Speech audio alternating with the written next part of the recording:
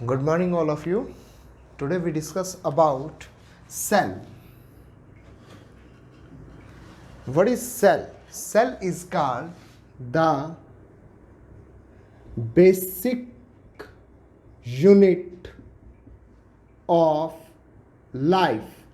यानी जो सेल है, सेल को हम क्या बोलते हैं? The basic unit of life बोलते हैं. Why it is called basic unit? क्यों इसको हम, किस लिए हम इसको बेसिक यूनिट बोलते हैं लाइफ की? बिकॉज जो सेल है, cell is a structural and functional unit. क्या होता है? Structural and functional unit. यानी जो हमारा सेल है वो किस तरह से क्या करता है? हमारे बॉडी का क्या बनाता है? स्ट्रक्चर भी बनाता है, और साथ में सेल के अंदर जो भी जितनी भी ऑर्गेनली सिस्टम है या उसके जो पार्ट्स हैं जो सेल के अंदर प्रेजेंट हैं वो क्या करते हैं? फंक्शंस करते हैं. तो यानी हमारी लाइफ का फंक्शनल एंड स्ट्रक्चरल यूनिट हम किसको बोलते हैं? सेल को बोलते हैं. Today we discuss about the functional unit of cell, या हम क्या बोल सकते हैं? फंक्शनल यूनिट किस चीज़ की? हमारे सेल की, जो रोल प्ले करती है किसमें? हमारी लाइफ के अंदर. तो उसको हम डिस्कस करेंगे किसके अंदर? The cell which is called functional unit of life.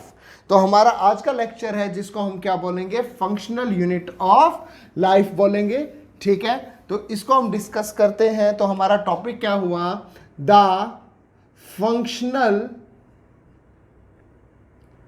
Unit of life. इसको हम आज क्या करेंगे? डिस्कस करेंगे. तो फंक्शनल यूनिट ऑफ लाइफ हम किसको बोलते हैं? सेल को बोलते हैं. किस लिए बोलते हैं? कोई ना कोई तो कारण होगा. तो हम सबसे पहले हमारे सेल को देखते हैं. ये मैंने इधर क्या बनाया बेटा? हमारा सेल बनाया. ये क्या बनाया हमने? सेल बनाया. ये जो सेल बनाया मैंने, अब ये सेल के जो बाहर की लेयर है, ये सेल की जो बाहर की लेयर है बेटा, इस सेल की बाहर की लेयर को हम क्या बोलते हैं? Cell membrane. क्या बोलेंगे? सेल मेम्ब्रेन बोलेंगे. Which is also called the plasma membrane. क्या बोलेंगे? प्लाज्मा मेम्ब्रेन बोल सकते हैं. सेल मेम्ब्रेन के अलावा, यानी सेल मेम्ब्रेन के अलावा हमारे सेल के बाहर एक और लेयर होती है. एक लेयर और होती है बेटा. ये जो लेयर है ये क्या होती है? इस लेयर को हम क्या बोलते हैं बेटा? इसको हम बोलते हैं सेल कॉट. क्या बोलेंगे? Cell cot. सेल कॉट बोलेंगे. यानी हर एक सेल के बाहर क्या चीज प्रेजेंट होती है? सेल मेम्ब्रेन प्रेजेंट होती है. बट जो एनिमल सेल होता है, एनिमल सेल के बाहर सेल मेम्ब्रेन के अलावा एक लेयर और होती है जिसको हम क्या बोलते हैं? Cell coat. क्या बोलेंगे? Cell coat. अब ये जो हमने सेल बनाया, क्या बनाया? सेल बनाया. इसको मैं क्या मानता हूं? ये मेरा घर है. घर है. घर के बाहर कोई बंदा आता है, यानी कोई मेंबर आया. उस मेंबर को क्या करता है? उसके खिलाफ, यानी उसके अगेंस्ट, या उसको हम पहचानते हैं, रिकॉग्नाइज करते हैं. ठीक है, तभी वो हमारा क्या आएगा? घर के अंदर आ सकता है, या फिर उसको हम घर से बाहर निकाल सकते हैं या बाहर के रास्ता दिखा सकते हैं. तो जब हम ये दिखाते हैं तो हमारे पास तो क्या है? बहुत सारे फैक्टर हैं. जैसे हमारी आईज है जिससे उसको हम रिकॉग्नाइज करते हैं. बट हमारा जो सेल है इसके पास वो आईज नहीं होती. लेट्स सपोज जो ये सेल है, ठीक है, इसके बाहर कोई मॉलिक्यूल्स आया. क्या आया? मॉलिक्यूल्स आया. लाइक दी ये मॉलिक्यूल्स आता है. ये मॉलिक्यूल आया बेटा. ये मॉलिक्यूल क्या क्या हो सकता है? Like the carbohydrate. क्या हो सकता है? कार्बोहाइड्रेट्स हो सकते हैं. कार्बोहाइड्रेट्स का मीनिंग क्या हुआ? जिस तरह से हम खाना खाते हैं, खाने के अंदर हम रोटी खाते हैं. रोटी खाते हैं तो रोटी किससे बनी हुई है बेटा? व्हीट से, यानी गेहूं से बनी हुई है. गेहूं के अंदर मेन कंटेंट क्या है बेटा? स्टार्च है. तो स्टार्च एक तरह का क्या है बेटा? कार्बोहाइड्रेट है. ठीक है. लाइक द कार्बोहाइड्रेट हम क्या खा सकते हैं बेटा? लिपिड्स. क्या खा सकते हैं? लिपिड्स और फैट्स. लिपिड्स और फैट्स जो होते हैं, यानी हम सीधी लैंग्वेज में क्या बोलते हैं कि रोटी के ऊपर हमने क्या लगाया? घी लगाया. तो घी एक तरह का क्या है बेटा? लिपिड है. ठीक है. लिपिड के अलावा हम क्या खाते हैं बेटा? प्रोटीन्स. क्या खाते हैं? प्रोटीन्स खाते हैं. प्रोटीन्स, सच एग्जाम्पल क्या है प्रोटीन्स का, जैसे हम सोयाबीन की सब्जी खाते हैं तो सोयाबीन के अंदर हाई कंटेंट किसका होता है बेटा, प्रोटीन्स का, यानी रोटी, सब्जी और घी, हम तो यही खा रहे हैं ना। जब ये हमारे डाइजेस्टिव ट्रैक्ट से जाकर पूरा डाइजेशन की प्रोसेस करवा कर जब ये स्मॉल इंटेस्टाइन से एब्जॉर्ब होते हैं तो उसके बाद वो किसके पास जाता है, हमारे सेल के पास। किसके पास जाएगा, सेल के पास जाएगा, यानी यही मॉलिक्यूल्स किसके पास आ रहे हैं, हमारे सेल के पास आ रहे हैं। अब कोई जरूरी नहीं है ये तीनों मॉलिक्यूल है, इसके अलावा और क्या आ सकता है, इसके अलावा हो सकता है बेटा कोई भी एंटीजन। क्या हो सकता है, एंटीजन, जिसको हम क्या बोलते हैं, फॉरेन पार्टिकल। क्या बोलेंगे, फॉरेन पार्टिकल बोलेंगे। क्या बोलेंगे एंटीजन को, फॉरेन पार्टिकल। ये एंटीजन जो फॉरेन पार्टिकल होता है बेटा, ये फॉरेन पार्टिकल क्या होता है, कोई भी पैथोजन हो सकता है। पैथोजन इन द सेंस क्या कह सकता हूं, may be bacteria, may be fungus, may be protozoa, may be mycoplasma, कुछ भी हो सकता है ये चीज, जो क्या करेगा, हमारे बॉडी में जाने के बाद डिसफंक्शन करेगा। क्या करेगा, डिसफंक्शन। तो वो भी हमारे क्या आता है, सेल के बाहर आता है, यानी पॉजिटिव रोल इनका आता है, यानी हीरो बन के ये आए, और नेगेटिव रोल में क्या आता है, हमेशा एंटीजन आता है, एंटीजन आएगा। अब इसके अलावा और क्या चीज आ सकती है, हमारे बॉडी के अंदर क्या आ सकता है, कोई भी केमिकल मैसेंजर। क्या आ सकता है, केमिकल मैसेंजर आ सकता है, यानी हमारे सेल के पास क्या पहुंचता है, केमिकल मैसेंजर। और एज यू ऑल रीड कि हमारे बॉडी के अंदर जो केमिकल मैसेंजर का काम करता है, उनमें से कुछ मॉलिक्यूल्स को हम क्या बोलते हैं, हॉर्मोन्स। क्या बोलेंगे, हॉर्मोन्स, हॉर्मोन्स बोलते हैं। As we study in the 10th class कि हमने देखा कि एक हार्मोन दूसरे हार्मोन की सिंथेसिस करवाता है, यानी एक हार्मोन दूसरे हार्मोन को क्या करता है, बनाने में हेल्प करता है। तो किस तरह से करेगा, सेल से ही तो करेगा। यानी अगर हमारे सेल के बाहर केमिकल मैसेंजर आता है, हार्मोन्स आता है, तो इस हार्मोन के एक्स्ट्रा में, यानी एक अलग से हार्मोन बनाने के लिए कौन एक्ट करेगा, हमारा सेल ही तो एक्ट करेगा ना। अब ये चीजें हमारे सेल के क्या आई, बाहर आई। अब सेल रिकॉग्निशन करेगा। क्या करेगा, इनको रिकॉग्निशन करेगा। बट रिकॉग्निशन कैसे करेगा, अगर हमारे घर के बाहर कोई मेंबर आता है तो उसको तो हम हमारी आईज से देख के पहचान लेते हैं, बट अगर ये मॉलिक्यूल्स आए, अगर मेरे सेल के पास आईज नहीं है, तो हाउ टू रिकॉग्नाइज, क्या होगा रिकॉग्निशन, कोई ना कोई तो चीज हो सकता है। एज पर +1 क्लास मैं इतना ही बताना चाहूंगा कि जो हमारे पास ये जो मॉलिक्यूल्स आए हैं, इन मॉलिक्यूल के सरफेस पे छोटे छोटे क्या होते हैं बेटा, सरफेस एरिया, सरफेस मॉलिक्यूल्स होते हैं। क्या होते हैं, सरफेस मॉलिक्यूल्स होते हैं। ये जो सरफेस मॉलिक्यूल्स है, इनका एक क्या होता है, इनका स्पेसिफिक क्या होता है, स्पेसिफिक पैटर्न। क्या होगा, स्पेसिफिक पैटर्न होता है किस चीज का, ऑफ मॉलिक्यूल्स। किसका है, मॉलिक्यूल्स का, यानी स्पेसिफिक मॉलिक्यूल, यानी स्पेसिफिक पैटर्न होता है किस चीज का, मॉलिक्यूल्स का। अब ये स्पेसिफिक पैटर्न है, ये क्या है, स्पेसिफिक पैटर्न किसका है, मॉलिक्यूल्स का, जो किसके ऊपर प्रेजेंट है, इन सब के ऊपर प्रेजेंट है, सबके ऊपर है। अब इस मॉलिक्यूल का जो स्पेसिफिक पैटर्न है, जो ये स्पेसिफिक पैटर्न कहां पे जाके अटैच होगा बेटा, हमारे सेल कोट। कहां पे होगा, सेल कोट। सेल कोट पे ये प्रेजेंट हो जाएगा। सेल कोट के पास जैसे ही आएगा तो सेल कोट जो है, क्या है, सेल कोट, ये सेल कोट है।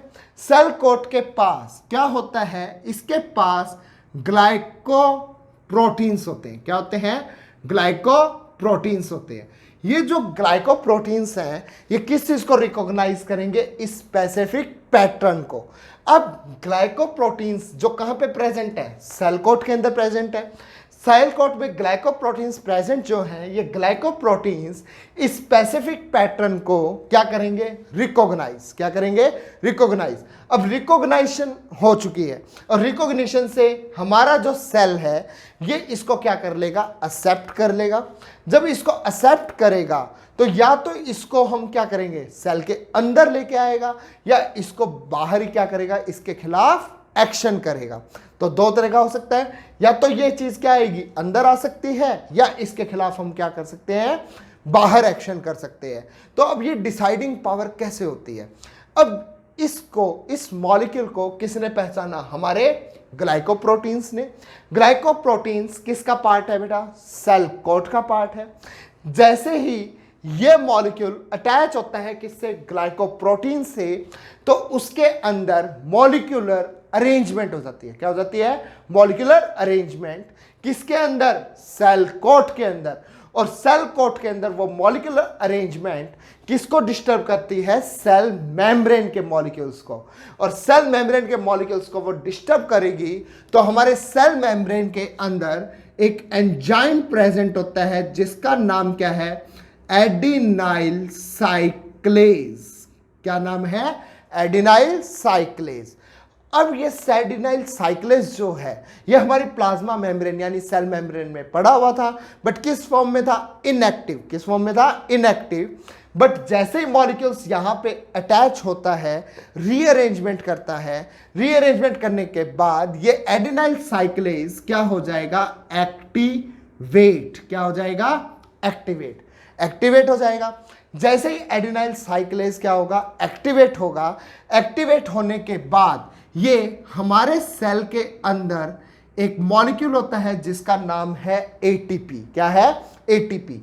एटीपी को हम देखते हैं तो क्या बोलेंगे, एडिनोसाइन। क्या बोलेंगे, एडिनोसाइन ट्राई फॉस्फेट। क्या बोलेंगे, adenosine triphosphate. ATP triphosphate बोलेंगे, which is also called energy currency. क्या बोलेंगे इसको, एनर्जी करेंसी ऑफ सेल। यानी हमारे सेल के पास एक एनर्जी करेंसी है जिसको हम क्या बोलते हैं, एटीपी, जिसकी फुल फॉर्म क्या है, एडिनोसाइन ट्राइफॉस्फेट। एटीपी है। अब जो एडिनाइल साइक्लेज जो एक्टिवेट हो गया था, ये एक्टिवेट होने के बाद ये क्या करता है, एटीपी को कन्वर्ट कर देता है सीएमपी। किसमें कन्वर्ट कर देता है, सीएमपी। यानी ये एडिनाइल साइक्लेज हमारे एटीपी को किसमें कन्वर्ट कर देगा, सीएमपी। यानी कंजप्शन ऑफ एनर्जी। क्या कर लेगा, कंजप्शन ऑफ एनर्जी कर लेगा। अब एटीपी कन्वर्ट इनटू सीएमपी। अब ये जो सीएमपी मॉलिक्यूल है, ये सीएमपी मॉलिक्यूल क्या होता है, इसको हम क्या बोलते हैं, साइक्लिक एडिनोसाइन मोनोफॉस्फेट। क्या बोलेंगे इसको, साइक्लिक एडिनोसाइन मोनोफॉस्फेट। अब यहां पे देखो, साइक्लिक वर्ड आया, एडिनोसाइन आया, साथ में क्या आया, मोनो और फॉस्फेट। इधर मैं देखता हूं तो एडिनोसाइन ट्राइफॉस्फेट। यानी इस एंजाइम ने एक्टिवेशन होने के बाद ट्राइफॉस्फेट को कन्वर्ट कर दिया किसमें, मोनोफॉस्फेट में। अब ट्राइफॉस्फेट जब मोनोफॉस्फेट में कन्वर्ट हो जाता है, तो मोनोफॉस्फेट में कन्वर्ट होने के बाद इसमें से क्या बाहर निकलता है, एनर्जी। यानी 2 फॉस्फेट बाहर निकल गए बेटा।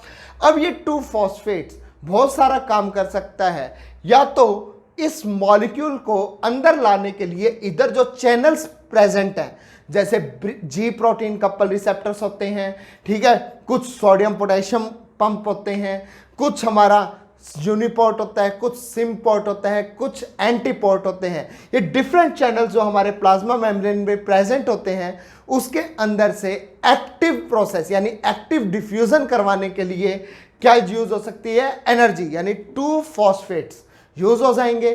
ठीक है, अब जो ये सीएमपी बना, एडिनोसिन मोनोफॉस्फेट जो बना है, ये मोनोफॉस्फेट को हम इसको नाम देते हैं बेटा सेकेंडरी मैसेंजर। क्या नाम देंगे, सेकेंडरी मैसेंजर।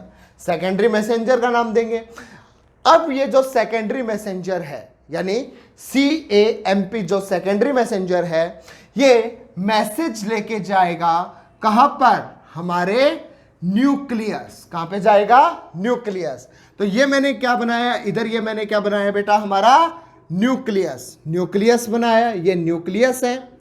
न्यूक्लियस को हम क्या बोलते हैं, ब्रेन ऑफ सेल। क्या बोलेंगे इसको? ब्रेन ऑफ सेल बोलेंगे। किसको? न्यूक्लियस को। अरे ये तो वही बात होगी कि घर के बाहर कोई मेंबर आया और मेंबर ने क्या बजाया? डोरबेल। डोरबेल बजाई, वो डोरबेल हमारे बेडरूम में सुनाई दी, यानी डोरबेल बजी, यानी सीएमपी का वर्क हुआ, सेकेंडरी मैसेंजर का वर्क हुआ, और सुनाई दिया किसके अंदर? बेडरूम। कहां पे? बेडरूम। अब बेडरूम में कौन बैठा है? हमारे पापा जी, यानी फादर। फादर बैठे हैं। फादर क्या कहेंगे? जा बेटा बाहर देख के आ कि कौन आया है, यानी आगे मैसेज का काम करेंगे। तो हमारे सेल के अंदर भी यही चीज है कि बाहर से कोई मॉलिक्यूल आया, उसने डोरबेल बजाया, और डोरबेल कहां पर सुनाई देती है? हमारे न्यूक्लियस में सुनाई देती है। तो न्यूक्लियस के अंदर पापा जी के रूप में कौन बैठा है बेटा? क्रोमोसोम्स। कौन है बेटा? क्रोमोसोम्स। क्रोमोसोम्स है बेटा। अब क्रोमोसोम्स यानी फादर के अंदर पावर है। क्या है? पावर। क्या चीज की पावर है बेटा? इसके अंदर पावर है डीएनए। किसकी है? डीएनए। यानी जो क्रोमोसोम्स होते हैं वो किससे बने हुए हैं बेटा? डीएनए प्लस में कुछ protein part like the histone proteins.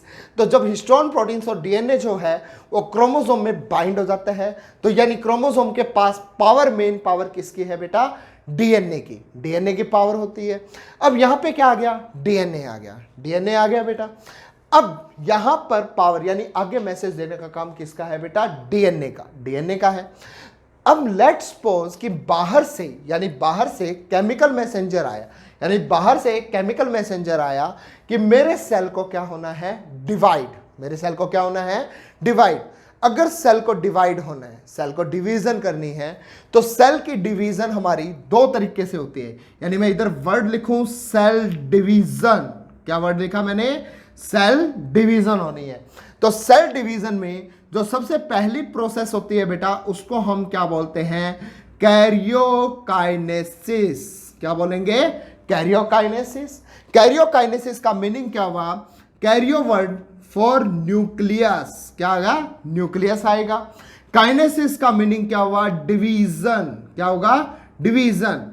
यानी सबसे पहले क्या होगा? न्यूक्लियर डिवीजन या न्यूक्लियस का डिवीजन होगा। आफ्टर न्यूक्लियस डिवीजन हमारे पास क्या आएगा? साइटोकाइनेसिस। क्या होगा? साइटोकाइनेसिस होगा। साइटोकाइनेसिस यानी सेल, यानी साइटो मीन सेल, काइनेसिस का मीनिंग क्या हुआ? डिवीजन, यानी सेल डिवीजन होगा। ठीक है। अब यहां पे देखो एक वर्ड आया, सबसे पहले किसको डिवाइड करना है? न्यूक्लियस। और दूसरा वर्ड किसके लिए आया? साइटोकाइनेसिस, जिसको हम क्या बोलते हैं? Cell division. यानी न्यूक्लियस का डिवीजन होने के बाद किसका डिवीजन होगा बेटा? सेल का। किसका डिवीजन होगा? सेल का डिवीजन होगा। यानी सेल डिवीजन होगा किसके बाद? न्यूक्लियर डिवीजन के बाद। जब सेल डिवीजन होता है तो उस टाइम पे उससे पहले न्यूक्लियर डिवीजन होता है, यानी न्यूक्लियर डिवीजन यानी कैरियोकाइनेसिस। अभी इधर देखो, ध्यान से सुनना मेरी बात, कि अगर हम मेरे सेल के अंदर यानी न्यूक्लियस का डिवीजन करवाना है, अगर मैं इसको हाफ कर दूं, क्या कर दूं? हाफ। अगर मैं हर एक चीज को हाफ कर दूंगा तो मेरे सेल का फंक्शन या न्यूक्लियस का फंक्शन भी क्या हो जाएगा? हाफ हो जाएगा, या वो इम्प्रॉपर फंक्शन करेगा। तो एज इट इज तो हम डिवीजन नहीं कर सकते इसकी। तो डिवीजन करने के लिए इसको एग्जैक्ट हाफ नहीं कर सकते। तो हाफ नहीं कर सकते तो हम क्या कह सकते हैं कि अगर न्यूक्लियस के अंदर जो भी चीज प्रेजेंट है, यानी न्यूक्लियस के अंदर जो भी चीज प्रेजेंट है, डिवीजन से पहले वो क्या हो जाए? डबल। डिवीजन से पहले क्या हो जाए? वो डबल। तो डबल हो जाएगी तो एक चीज तो अलग सेल में चली जाएगी और दूसरी चीज अलग सेल में चली जाएगी। तो डिवीजन करना क्या हो जाएगा? आसान हो जाएगा, और इससे उस सेल का फंक्शन भी चेंज नहीं होगा। तो हम क्या करते हैं? ये जो डीएनए है, क्या है? डीएनए जो है, इस डीएनए को हम डीएनए में ही कन्वर्ट करते हैं। डीएनए को डीएनए में ही कन्वर्ट करते हैं। यानी एक डीएनए से दूसरा डीएनए बनता है। जब एक डीएनए से दूसरा डीएनए बनता है तो इस प्रोसेस को हम क्या बोलते हैं? रेप्लिकेशन। क्या बोलेंगे? रेप्लिकेशन बोलते हैं। क्या बोलेंगे? रेप्लिकेशन। यानी डीएनए से डीएनए बनना, that is called replication. Replication हो जाएगा। अब एक डीएनए एक न्यूक्लियस में, दूसरा डीएनए दूसरे न्यूक्लियस में, यानी हमारे पास सेल डिवीजन की जो प्रोसेस है वो क्या हो जाएगी? इजी। और इससे फंक्शन भी क्या नहीं होगा? डिफरेंट नहीं होगा, नहीं होगा। अब यहां पे ये चीज तो आ गई, क्लियर हुआ यहां पर। अब मैं बात करता हूं फिर से इन्हीं मॉलिक्यूल्स की, इसी मॉलिक्यूल्स की बात करता हूं। जब मैं देखता हूं कि कार्बोहाइड्रेट है, लिपिड्स, फैट्स है, प्रोटीन्स है, ये सारे के सारे क्या है? बड़े बड़े मॉलिक्यूल्स हैं। इन सब बड़े मॉलिक्यूल्स को, ये सारे जो बड़े मॉलिक्यूल्स हैं, इनको मैंने क्या करना है बेटा? Break down. क्या करना है? Break down. जब इनको ब्रेक डाउन करना है, इनको मैंने ब्रेक डाउन करना है, तो इनको ब्रेक डाउन करने के लिए मेरे को किसकी जरूरत पड़ेगी? यानी बड़ी चीज को तोड़ने के लिए मेरे को किसकी जरूरत पड़ती है?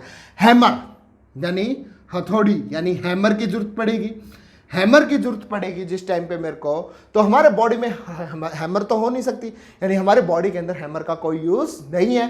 तो हमारे बॉडी सेल्स के पास हैमर की तरह यूज होने के लिए क्या है बेटा? एंजाइम्स। क्या है? एंजाइम्स। एंजाइम्स हैं बेटा। अब ये जो एंजाइम्स हैं, ठीक है, ये एंजाइम्स कैसे बनते हैं? ठीक है, मैं यह कह सकता हूं कि मेरे को क्या बनाना है? इन सब को तोड़ने के लिए मेरे को किसकी रिक्वायरमेंट है बेटा? एंजाइम्स की। एंजाइम्स की रिक्वायरमेंट है। अगर एंजाइम्स की रिक्वायरमेंट है तो ये एंजाइम किसका रूप है? प्रोटीन्स। किसका है? प्रोटीन्स का। यानी ये एंजाइम किसका रूप है बेटा? प्रोटीन्स का। क्या है ना, सुनते आए हैं कई बार, हमने बहुत बारी सुना है कि all enzymes are proteins but all proteins are not enzymes.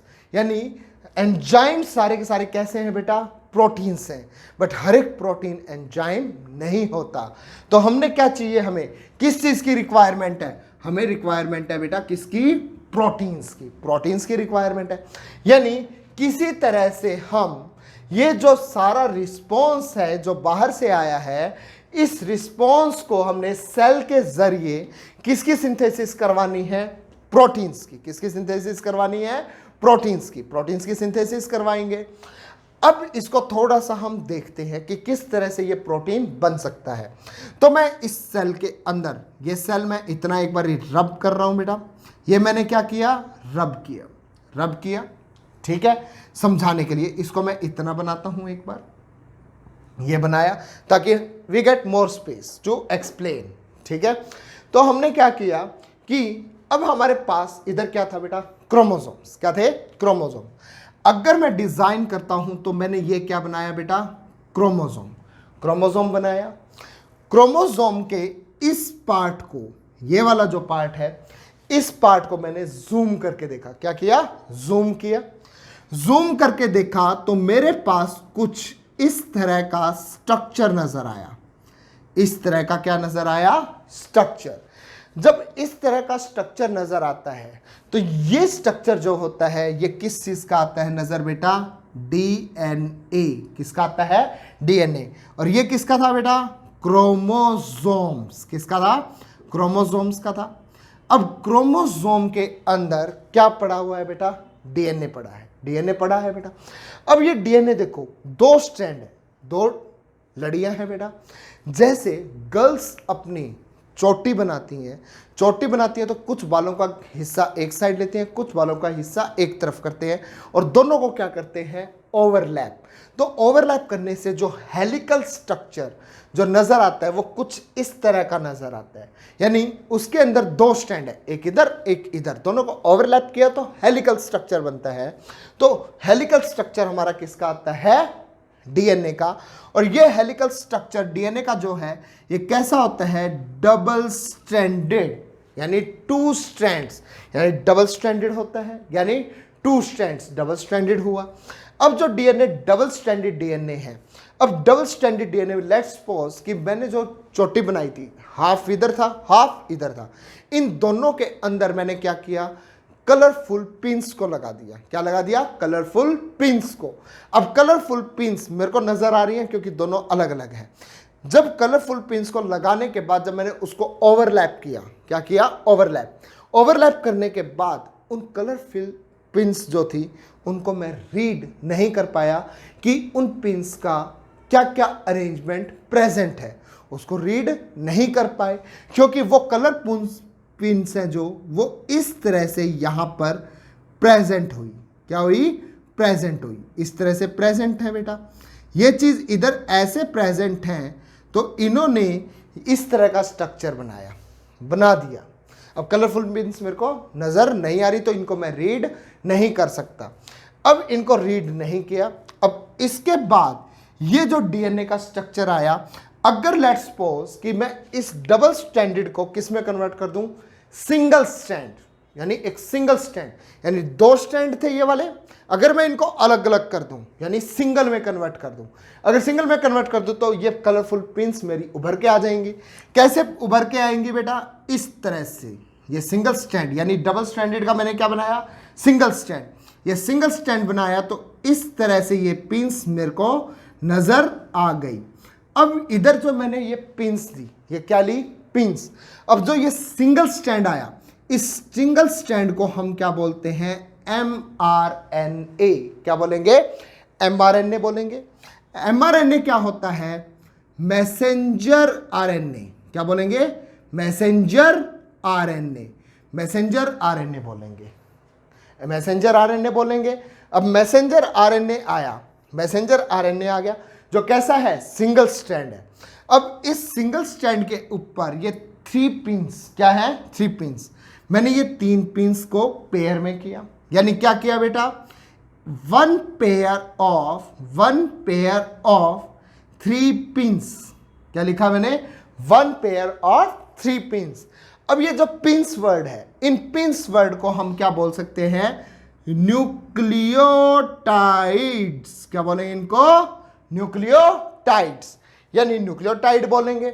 अब यानी क्या बोल सकता हूं? 1 पेयर ऑफ 3 न्यूक्लियोटाइड्स बोल सकते हैं।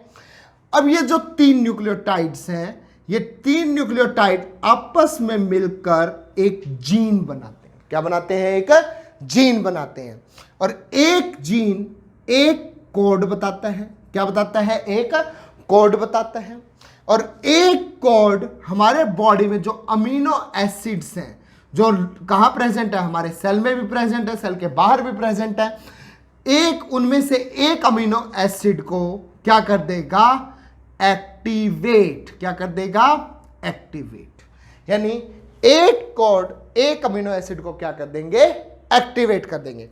जब एक कोड एक अमीनो एसिड को एक्टिवेट करेगा तो इस तरह से डिफरेंट कॉर्ड्स बहुत सारे अमीनो एसिड्स को क्या कर देंगे? एक्टिवेट कर देंगे।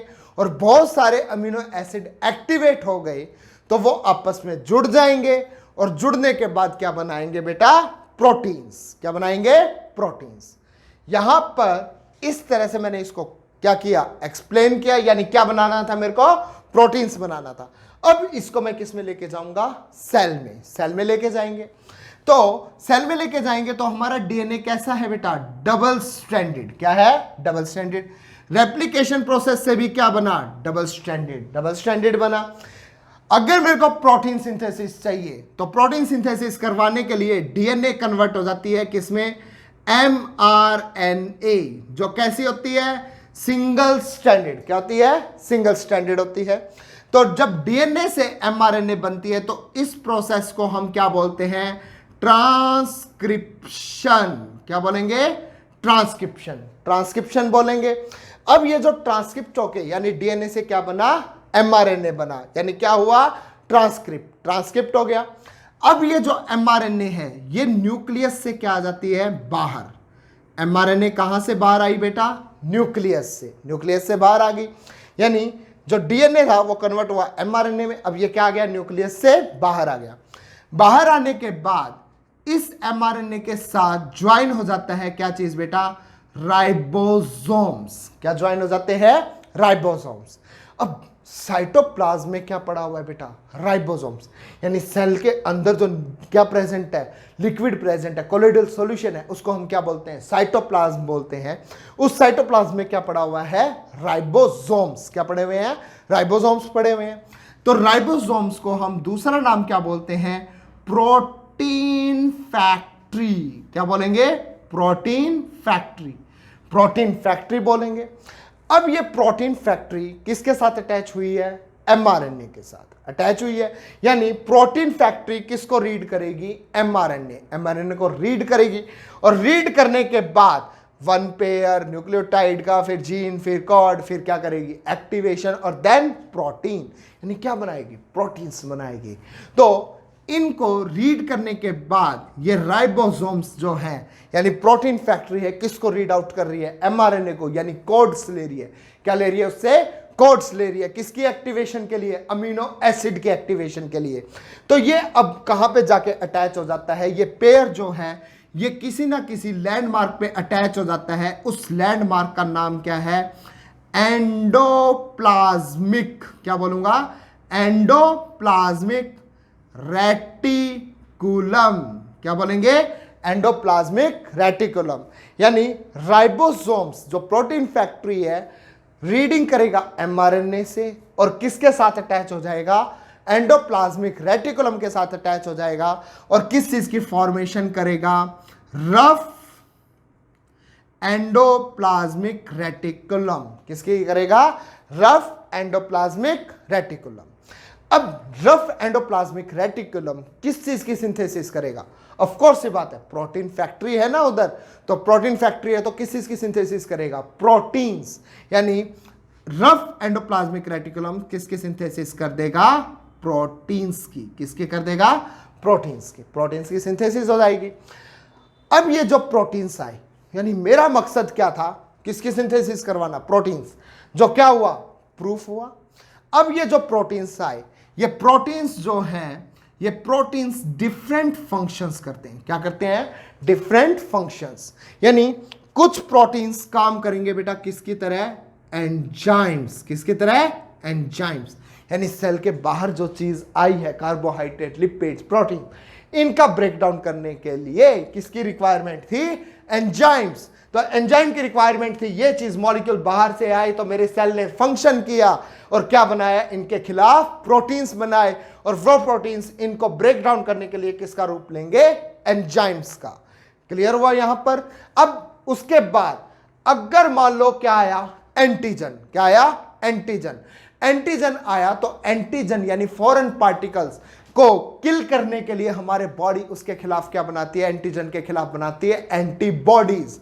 तो एंटीबॉडीज बनाएंगे तो कुछ प्रोटीन्स हमारा एक्ट करेंगे किसकी तरह? एंटीबॉडीज। किसकी तरह? एंटीबॉडीज की तरह। एंटीबॉडीज की तरह क्या करेंगे? एक्ट करेंगे। ठीक है, जो किसको किल करेगा? एंटीजन को। ठीक है, फिर मैंने बात बोली थी कि क्या आया? हार्मोन्स। एक हार्मोन दूसरे हार्मोन की सिंथेसिस करता है। तो कुछ हार्मोन्स किस तरह से होते हैं? हमारे प्रोटीनेशियस। तो हमारा सेल प्रोटीनेशियस हार्मोन्स क्या करता है? सिंथेसाइज करता है। यानी क्या सिंथेसाइज करेगा? यानी कुछ प्रोटीन किसकी तरह काम करेंगे? हॉर्मोन्स। किसकी तरह?